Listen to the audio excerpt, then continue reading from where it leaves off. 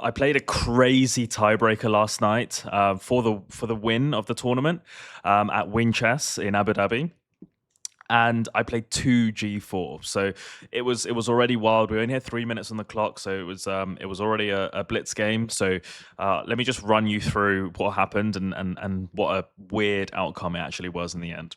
So the general idea with G4 is that you take and then you can play E4. If knight back, I can actually show you here. Knight takes E4, knight F6. You can play E5, knight D5. You can just start chasing the border at the knight around, and you can just really start making developing moves. Bishop D3, and you can start pushing here. Use the open G file, and it can get quite ugly for black if they don't know what to do.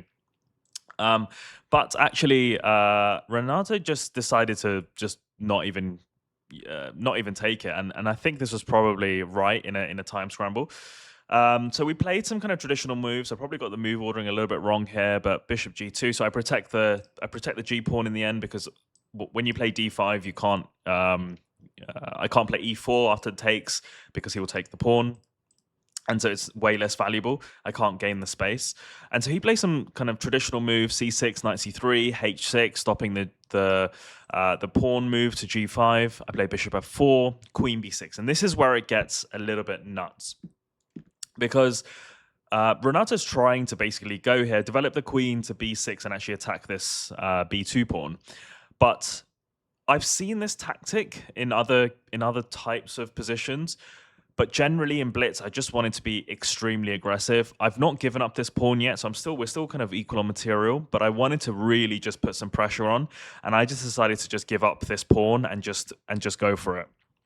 And so the idea was that after queen takes, which he did actually do, but the crucial element is that he thought for almost like a minute, and it's a 3 minute game, right? So it adds even more pressure. I go rook b1, I try and open up the b file, queen a3, and after queen a3, there's loads of moves here, and you'll see that the engine is suggesting e4 and try and break open the center. And I think that's clearly the best move. But I wanted to be a bit more aggressive. I decided to go bishop c7. And you can see that the engine doesn't like this. But in reality, I think this is super hard to play. And what's the reasoning behind bishop c7? If you look at the queen, suddenly the squares are disappearing. It can't go here, here, here. This square is covered. This is now covered. The bishop is now covering these squares. The knight is covering this square and this square. And suddenly you look at the position, and actually all of the squares are taken, and the only square left is a6.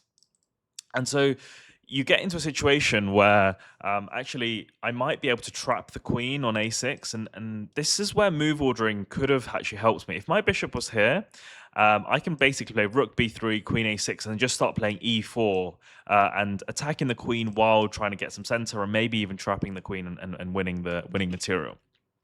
So he plays e6 to try and either open up a square here, but again, you don't really want your queen here in front of the bishop, but also just a general developing move. Here I play rook b3 to try and push away the queen. Queen goes back to a6, and you can see here that the evaluation bar is just constantly going up and down. So we're starting to get, already the engine is finding this quite complicated, and it doesn't know whether it's like small advantages for black, or is it large, or is it even closer to equal. I did play e4, and after takes, and this is just me trying to break open the center because I'm trying to go after the king, basically. And after knight d5, this is where it gets really, really weird and interesting. I decide that okay, so he's attacking my bishop. The traditional move here is just to move back, but actually I want to start continuing the chokehold and basically keeping his king in the center. So I decided to go knight d6 check, and you can't take the bishop because it's check. So instead, what black did was, and you can't actually move, and if you move the king, obviously you can't because it's there, so you can only move the king here, and that's really unideal. So Renato decided to take, and what you can see here is that this bishop is stopping queenside castling and kingside castling. And so this is actually really uncomfortable. But the strange thing here is that we had used a lot of our time. Like, we were both under a minute, and this was just turning into a scramble. And so what ended up happening was, I think we played b5. I started to develop. My idea is to go knight e5. I'm just going to castle and then just start going for it here, and knowing that Renato can't castle either way.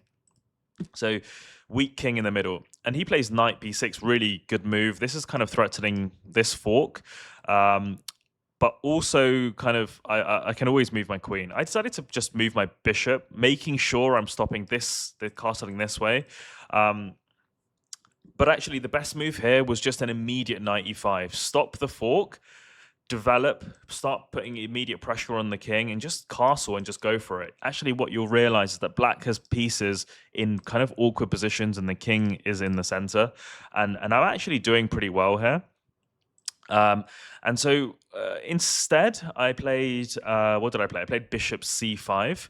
And what I think should have happened is probably knight c5, is knight c4, and basically bishop d7, and maybe try and castle queenside. I don't know. But in reality, what Renato did was played knight d7. And this was weird, right? So we're really running out of time. But I realized here that actually probably the best move is just to go back, because I still want to keep this pressure of no castling. And so what I did was I went back. And by the way, these blue lines that you're seeing, this is the engine not figuring out like what's the best move, because there's so many variations here, and it's kind of constantly iterating through longer and longer depths. So bishop d6, knight b6, bishop c5, and then back to d7. And then we just started to repeat like 3 or 4 times.